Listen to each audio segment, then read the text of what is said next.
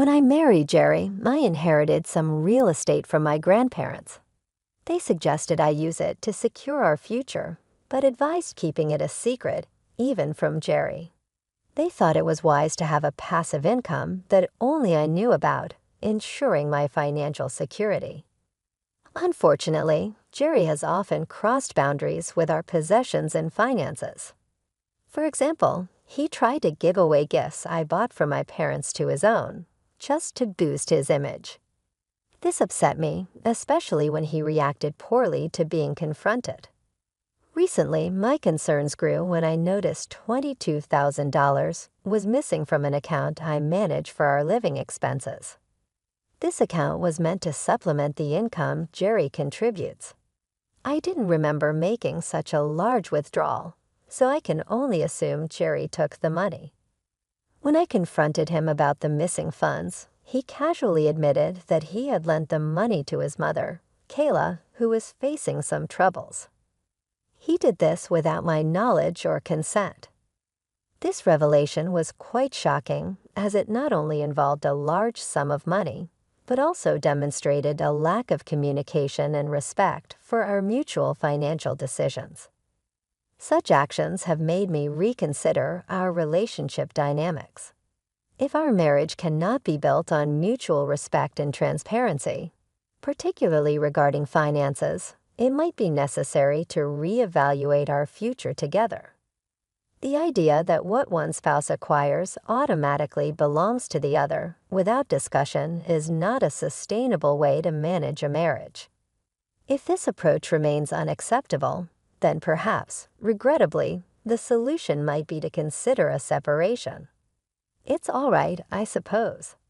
After all, the money was mine, earned through hard work. We do have some savings, so the loss of that amount shouldn't be catastrophic. If Kayla was indeed facing difficulties, I understand the need to help. However, a simple conversation with me beforehand would have been appreciated. The account is jointly ours after all. Had Jerry withdrawn the money from a personal account he set up before we were married, I would have minded, but taking such a significant sum from our shared account without any discussion felt like a breach of trust. When I expressed my disappointment, Jerry's response was dismissive. He frowned, clearly irritated, and promised somewhat reluctantly to inform me next time before taking such actions. He then quickly excused himself to the bathroom. This situation left me feeling uneasy. It wasn't like the early days of our marriage when Jerry would listen sincerely and value my input. Is this what change looks like in a marriage? A few days later, circumstances led me to my in-laws' home to deliver a package mistakenly sent to our address. My mother-in-law, Amy, greeted me warmly and invited me in for tea, an invitation I felt compelled to accept despite intending just to leave the package at the door. While there, I couldn't help but notice several luxurious items around their house. Expensive cosmetics, stylish clothing, and various health products. Amy casually mentioned that these were gifts from Jerry. The realization hit me hard. The missing $22,000 from our account had been used quite extravagantly. It seemed the concept of necessity had been stretched far, and the casualness with which this spending was treated made me question not only our financial partnership, but the underlying respect and communication within our marriage. Upon learning that Jerry had lent the money to his mother, Kayla, because she was in need, I tried to understand the situation. However, discovering that the funds were spent on luxury items didn't sit well with me. As I sat quietly sipping my tea, the atmosphere shifted noticeably. My in-laws' smiles faded, and they looked at me with an odd mixture of fear and accusation. My son is such a wonderful, generous boy, always buying gifts for me. My mother-in-law started, her tone turning confrontational. But what about you as his wife? Are you taking good care of my wonderful son? There seems to be some trouble. I hear he mentioned getting a lot of blame from you for using the money to help me. It became clear then that Jerry had painted himself as a victim in front of his parents, a good son merely helping out his mother, which explained their fearful and defensive attitude toward me. This revelation exhausted my patience, not just with my in-laws, but with Jerry as well.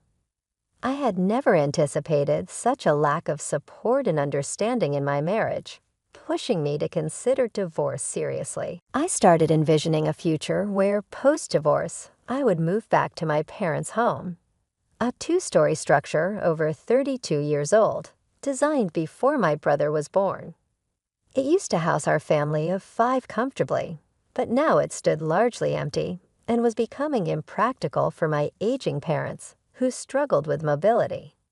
The house had some modifications, like handrails, but its spacious layout was more challenging to navigate for them. A one-story house would be far more suitable for their needs. With the financial security from my passive income, I could rebuild their home into something more comfortable and accessible. Filled with a mix of resolve and relief, I called my parents to discuss my plans for a divorce and the idea of reconstructing their house. Surprisingly, my parents weren't shocked by the news of the divorce. Their reaction only solidified my decision, as it seemed they too understood the need for a change, supporting my desire to start anew and build a better environment for our family. The news of rebuilding their home brought genuine joy to my parents. Over the phone, I could sense their happiness as they thanked me. "I'm glad that you're planning to rebuild it for us." "Thank you," they said. They reassured me that even if they couldn't live there for long, it wouldn't be a problem, as I could eventually take over the house since it was funded by my income. "Well then, I'll start preparing and planning it bit by bit," I replied, encouraged by their support. "Take it easy, just don't overdo it," they advised, their words lifting my spirits. As I began organizing the rebuild of my parents' house, I awaited a response from the construction company. However, before any progress was made, Jerry confronted me aggressively. "How dare you use our savings to build a house without telling me anything about it?" he accused as we sat across from each other at the living room table. He banged his fist on the table, his voice rising without any regard for my feelings. "Well, my parents will live in the new house," I stated firmly. "That's impossible because it was built for my parents to live in," he roared. He insisted that since the house was built with what he perceived as our common property, his parents had a right to live in it too. "Are you planning to cram 5 people into that little one-story house?" "Just give me the house then," Jerry demanded, hitting the table louder. Fearing his reaction if he discovered the passive income I had kept secret, I decided it was time to reveal the entire truth. "To tell you the truth, I have passive income," I confessed. "I've been saving from the real estate gifted to me by my grandparents. I paid for the rebuild with that passive income, so I didn't take a penny out of our common property." Feeling guilty for breaking a promise to my grandparents to keep this a secret, I watched as Jerry's reaction turned even more intense. He shook his shoulders in anger and pounded the table harder. "What a bad wife you are, hiding the fact that you have an income. You play around with my money and protect your own like that by keeping secrets." His words stung, but they also clarified the deep issues in our marriage. Issues of trust, respect, and shared goals, all of which seemed increasingly insurmountable. Seeing Jerry's face flush with rage, I suddenly grasped why my grandparents had advised me to keep my passive income a secret. Perhaps they had seen something in Jerry that I hadn't recognized until now. "I'll take the house as a limine. Besides, any house you build while we're married is mine too. I am the head of the family, and if you disobey me, I will divorce you," he declared arrogantly. I was overwhelmed with dismay. How had I spent so many years with a man who could so easily disregard my feelings and contributions? Initially, I had planned to use the passive income for our future, especially if Jerry's earnings were insufficient or if I was unable to work due to injury or illness. It was meant to be a safety net to support both of us, something I intended to share with him when the time was right. But now I no longer wished to use that money on him. Fed up, I stood up and left the house, needing space from the stifling atmosphere. I spent the night at a business hotel to clear my head and plan my next steps. Upon returning home the next morning, Jerry was waiting with a sly, unsettling smile. He approached me smirking and presented a sheet of paper he had been hiding. It was a set of divorce papers already filled out. "You're lying about your passive income, aren't you? You lied about it to cover up that you were taking money from our common property, didn't you?" he accused. His accusations were baseless and repetitive. Despite my honesty and the real existence of my passive income, he refused to believe me. "It's the truth. I have passive income." I insisted, but it was clear he was stuck in his narrative. Jerry's inability to trust and respect my words was the final straw, clarifying that this marriage could not provide the support or partnership I needed. The path forward seemed inevitable, and I braced myself for the next difficult steps of legally untangling our lives. Jerry forced the divorce papers into my hand with a smirk, confidently saying, "You'll let me know when we can move in, okay?" He then patted me on the shoulder, walked out the door humming cheerily, and mentioned he was going out for a drink. At that moment, it became crystal clear who Jerry really was. Throughout our marriage, he had concealed his disdain for me, never truly valuing my feelings or perspectives. This realization stung, but it also freed me. I didn't hesitate. I immediately packed my belongings, filled out the divorce papers right there, and left our home. I moved in with my parents temporarily, explaining the entire situation to them. We agreed I would stay with them until the new house was completed. The next day, I noticed my phone was inundated with missed calls from Jerry. Then he called again. I answered, hoping it would be our final conversation. "Hello, hey, all your stuff is gone," he said with an impatient tone, seemingly confused by my actions. But why was he panicking? He had pushed for the divorce, after all. We are getting a divorce, so it's normal. I won't ever come back, so please use the empty spaces as you. I told him, hoping to make my intentions clear. There was a pause. Perhaps at that moment, Jerry finally realized that I had a source of income he hadn't controlled. Then switching to an unusually sweet voice, one I had never heard before, he pleaded, "Hey, can you let my parents live in the new house? I don't care if I have to live with your parents. Please." I was stunned. "I already told you it's a small one-story house," I reminded him. "It's meant as a surprise for my parents." His suggestion was absurd. Not only was he proposing to give away a house he hadn't bought, but he also announced it as if it were his to give. His reckless disregard for the truth was baffling. You don't care about the savings, do you?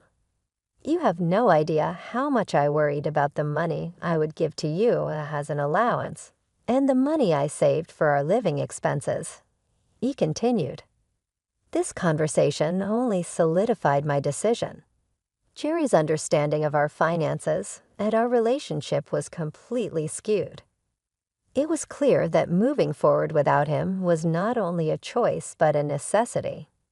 As I explained to Jerry the efforts I had put into managing our finances and trying to make ends meet, he disregarded the significance of my struggles. "That has nothing to do with what's happening here.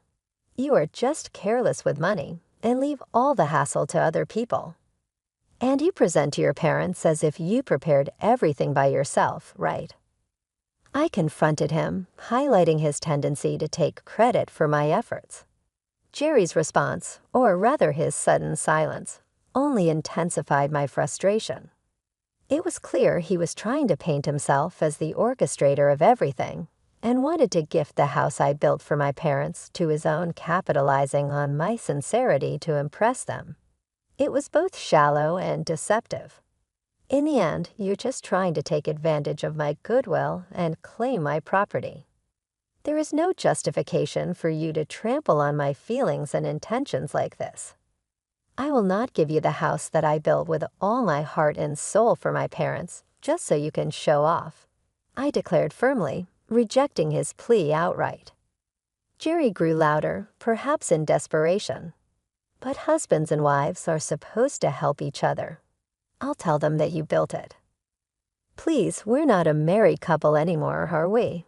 We are strangers now since I already filed for a divorce. I reminded him, reinforcing the boundaries that his actions had necessitated. On the day Jerry handed me the divorce papers, I submitted them to the city office immediately. He had been the one pushing for a divorce, and yet, when faced with the reality of our separation, he seemed incredulous. Yeah, you already filed it. Why are you so surprised when you're the one who asked for the divorce? I said, "Oh, I didn't think you would leave me. Hey, let's start over. Let's talk it out and try to be a good couple this time," he pleaded as if unaware of the gravity of his previous actions. How could he say such a thing now? This was a man who had squandered our savings on his mother, threatened me with divorce, and ridiculed me to the very end. Reconciliation was out of the question. "No, thank you.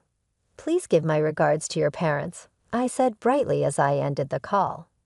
The next day, my phone was flooded with voicemails and messages from Jerry, still demanding that we get back together. His persistence was as baffling as it was unwelcome, affirming my decision to move forward without him. Jerry claimed that we could still start over and that he loved me, but I sensed his interest lay more in my property and fortune than in our relationship. To sever ties completely, I blocked all his contact information as well as that of his parents. Meanwhile, the construction of the new house was completed, and my parents and I moved in. We are now living comfortably in the home I built.